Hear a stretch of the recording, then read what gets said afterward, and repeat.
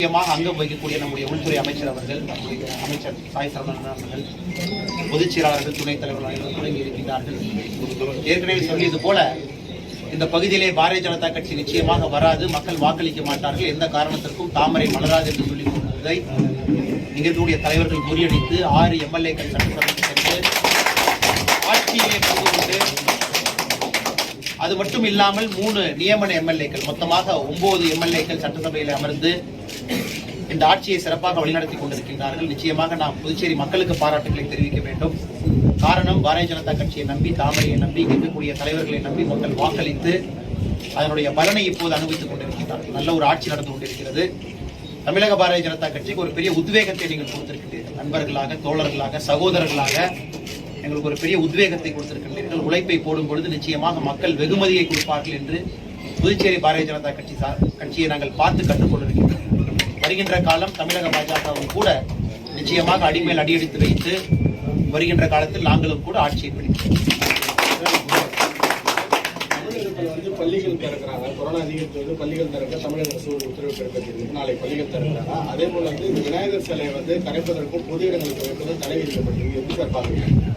தமிழகம் சார்பா இல்லைங்களா? தமிழகத்தில் நாம் 2 விஷயத்தை புரிந்து கொள்ள வேண்டும். 2வது அலையில கொரோனாவின் தாக்கம் ரொம்பவே குறைந்து விட்டது. 3வது அலைக்கு நாம் தயாராக இருக்கின்றோம். இருந்தாலும் கூட 2வது அலையினுடைய தாக்கம் குறைந்து விட்டது. ஒரு SOP என்று சொல்லக்கூடிய ஸ்டாண்டர்ட் ஆபரேட்டிங் ப்ரொசீஜர் மூலமாக இந்த பள்ளி கல்வித்துறை அறிவித்து இதை திறக்கிறார். இதில் எந்த தவறும் கிடையாது. நிச்சயமாக பள்ளியை திறக்க வேண்டும். காரணம் என்னவென்றால், இந்த அசாதாரணமான சூழ்நிலையில ஒரு குழந்தைய கிட்டத்தட்ட 2 வருஷ காலம் ஸ்கூலுக்கு போகாம வீட்டுல வச்சிருக்கோம். இது எல்லா குழந்தைகளுக்குமே மன உளைச்சல் தான். அவர்களுடைய உணவு பழக்க வழக்கத்திலிருந்து, கல்வி முறையிலிருந்து ஒரு பெரிய மாற்றத்தை சமுதாயம் பார்த்து கொண்டிருக்கிறது. அந்த SOP ரொம்ப தெளிவா சொல்லியிருக்காங்க. அவங்களுடைய தந்தை தாய் வேக்சினேஷன் போட்டிருக்கணும். அந்த பள்ளியில் இருக்கக்கூடிய ஆசிரியர்கள் அனைவரும் வேக்சினேஷன் போட்டிருக்கணும். பள்ளியில் இருக்கக்கூடிய ஆக்சிலரி ஸ்டாஃப் அவங்களுக்கு கூட வேக்சினேஷன் போட்டிருக்க வேண்டும் என்று இதெல்லாம் பார்க்கும் பொழுது நிச்சயமாக வரவேற்க வேண்டிய ஒரு விஷயம். அதே சமயத்துல 18 வயசுக்கு கீழே நம்ம யாருக்கும் தடுப்பூசி செலுத்தாமல் இருக்கின்றோம். தடுப்பூசி யாருக்கும் இல்ல, இப்பதான் தடுப்பூசி வந்திருக்கிறது 18 வயசு கீழே. அப்படி இருக்கும் பொழுது அரசும் கூட அந்த சோசியல் டிஸ்டன்சிங் நார்ம்ஸ் எல்லாம் கரெக்டா ஃபாலோ பண்ணி அதை கொண்டு வர வேண்டும்.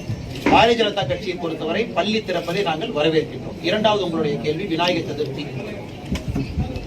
விநாயகர் சதுர்த்திக்கு நம்முடைய தமிழக அரசு ஒரு வித்தியாசமான ஒரு அறிக்கையை நேற்று கொடுத்திருக்கிறாங்க, அறிவிப்பை சொல்லியிருக்கிறாங்க. தனி மனிதனாக விநாயகர் அவர்களை வழிபட்டுக் கொள்ளலாம். தனி மனிதனாக போய் நம்ம விநாயகர் சிலையை நம்ம கரைச்சிக்கலாம். ஆனா கூட்டமாக செல்வதற்கு அனுமதி இல்லை. இது பாரதிய ஜனதா கட்சி ஏற்கனவே நம்ம சொல்லிட்டு இருக்கோம் தொடர்ச்சியாக. போன வருஷம் இதே மாதிரி தான் இருந்து, இந்த வருஷம் சொல்றது என்னன்னா, நிச்சயமாக விநாயகர் சதுர்த்தி என்கின்ற ஒரு நிகழ்ச்சியை அங்க இருக்கக்கூடிய ஆர்கனைசர்ஸ் நீங்க விட்டுருங்க. அவர்கள் சோசியல் டிஸ்டன்ஸ் மெயின்டைன் பண்ணி மாஸ்க் எல்லாம் போட வச்சு மிக சிறப்பாக நடத்தி காட்டுவாங்க. நீங்க ஒரு கேப் வைக்கலாம், 100 பேர், 200 பேர், 300 பேர் ஒரு கேப் வைக்கலாம். இரண்டால் காலமாக விநாயகர் சதுர்த்தி என்பது நம்முடைய வாழ்க்கை முறையில கலந்த ஒரு நிகழ்ச்சியாக இருக்கிறது. டாஸ்மார்க் நம்ம திறந்து டாஸ்மார்க்ல அவ்வளவு மக்களை டெய்லி விடுறோம், போலீஸ் பாதுகாப்பு டாஸ்மார்க்ல போடுறோம் தமிழ்நாட்டில் இருக்கும் பொழுது எதற்காக விநாயகர் சதுர்த்தியுடைய பேரணியை தடை செய்யணும்? அரசாங்கம் கட்டுப்பாடுகள் விதிக்கலாம், அது அரசாங்கத்துக்குரிய ஒரு வழக்கம் அது. ஆனால் நடத்தவே கூடாது என்று சொல்வதை நிச்சயமாக பாரதிய ஜனதா கட்சி ஏற்றுக்கொள்ளாது.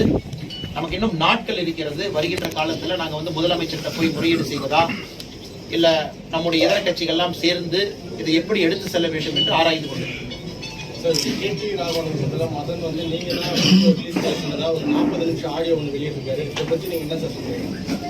ஏற்கனவே சொல்லியது போல கட்சியினுடைய தலைவர் பேர்ல ஒரு வீடியோ வந்திருக்கு. அதற்காக ஒரு குழு போட்டிருக்கோம். அந்த குழு நடவடிக்கை எடுக்கும்.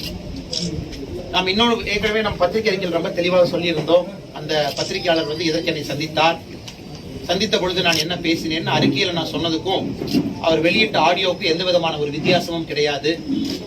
அவர் முறைப்படி நமக்கு அந்த டேப்பை கொடுத்துருந்தாருன்னா நம்ம முறைப்படி நடவடிக்கை எடுத்திருப்போம் கட்சி சார்பாக.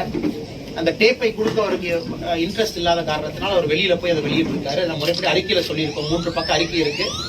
ஸோ அறிக்கையில நம்ம சொன்ன வார்த்தைகளுக்கும் அந்த பத்திரிகையாளர் அவர்கள் வெளியிட்ட நம்ம ஆடியோ கான்வர்சேஷன்லையும் எந்த ஒரு மாற்று கருத்தும் அது இருக்கா. 2 பாத்தீங்கன்னா ஒரே தான்.